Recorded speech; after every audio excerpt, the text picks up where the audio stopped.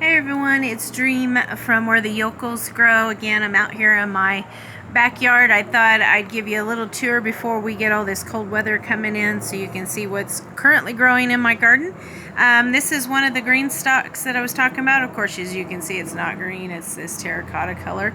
And this is the 5-leaf system from greenstock.com. They are phenomenal growers and I absolutely love it, and I can't wait to get started on the next video to show you how to grow in your vertical space. This little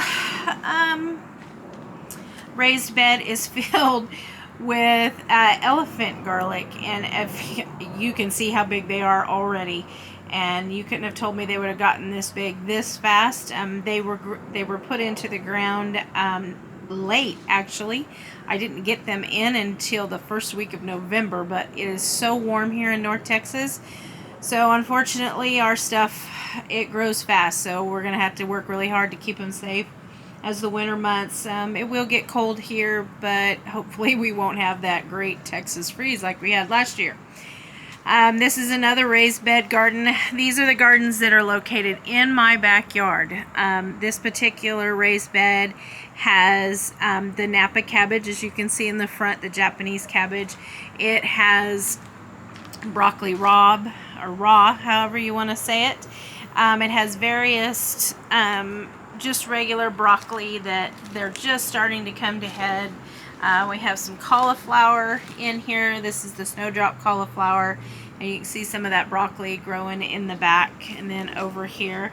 And these are my poor little Napa cabbages. These guys got attacked first by the those green little cabbage worms from the white butterflies, and then in the back here you can see this was what I thought I was buying was broccoli, because some of my broccoli starts didn't do so well. I had some that did really well, and then I had some that didn't, and I wanted some more, so I had bought these starts. I've got these at Callaway's. This was their organic, what I thought was broccoli, but it ended up being Brussels sprouts. I have never grown Brussels sprouts, but I thought, what the heck, we're just going to go ahead and just throw them in. And this is the area where we keep all of our peppers. You can still see some of the pepper plants there. These ones stay in the ground, and that's kind of where they stay until we're done, or until they're done. You can see, unfortunately, if you look close, some of them are getting new blooms on it because, like I said, it is very, very warm here, and they're a little confused. We're going to go through the sensory garden. Haven't cleaned it up yet because we leave the leaves, let them feed the grounds. They're kind of our compost and our mulch for the winter. So you can see here's some of it right here. Walk down through it. Like I said, it's a little messy. You can see one of our little towers right here. This is the Dollar Tree tower, and I will be doing a video later on in the year about Dollar Tree and how to garden economically.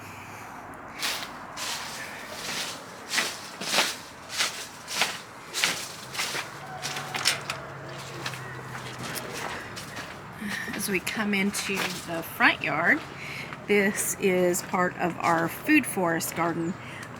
This is a flower garden. It is a shade flower garden. However, it gets enough sun in the morning and it does really well.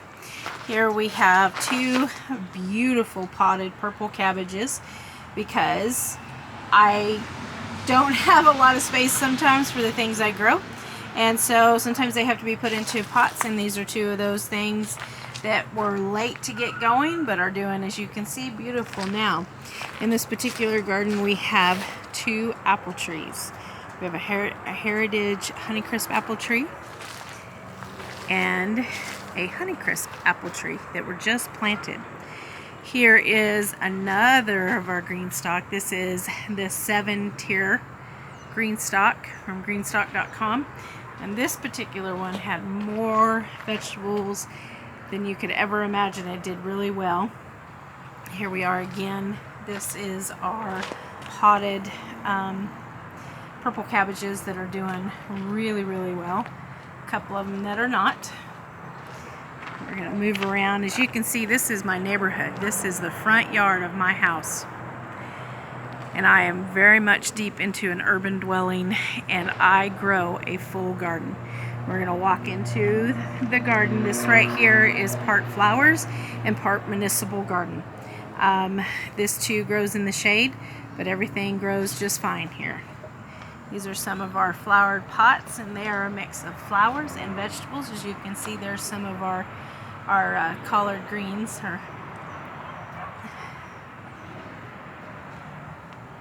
This is our lovely corn stalk that grew itself. It was a volunteer. As we come in, we have lavender and black-eyed Susan. Here are some of the beets that are still growing right now.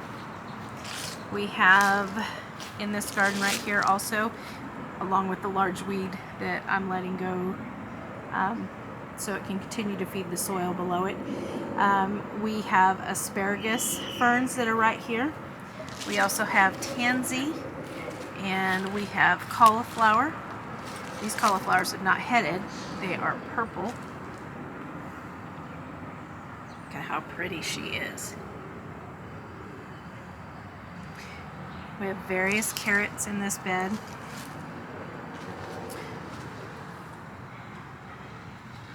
Broccoli.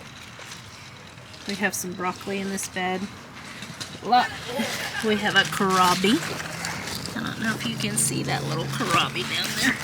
She's getting kind of big finally.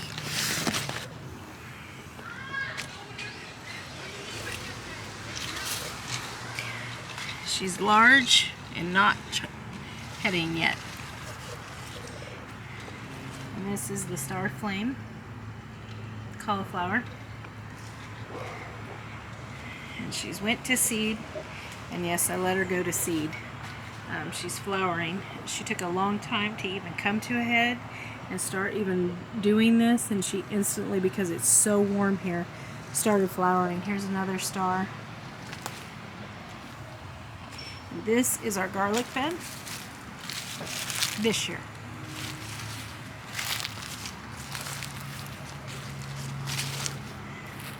And as you can see as they buzz around, this is the pollinator's garden, and of course it's going to need some work next year. We're going to be cleaning it up, leveling it out. But as I said, it's very warm. I don't know if you can see the little butterflies flying around, the moths who shouldn't be here. And our milkweed is blooming again,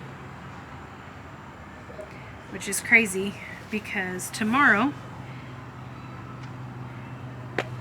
it's supposed to be in the 20s. So here it is again.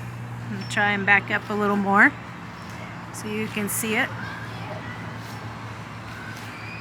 I live in an urban neighborhood just like anybody else, and I grow vegetables successfully.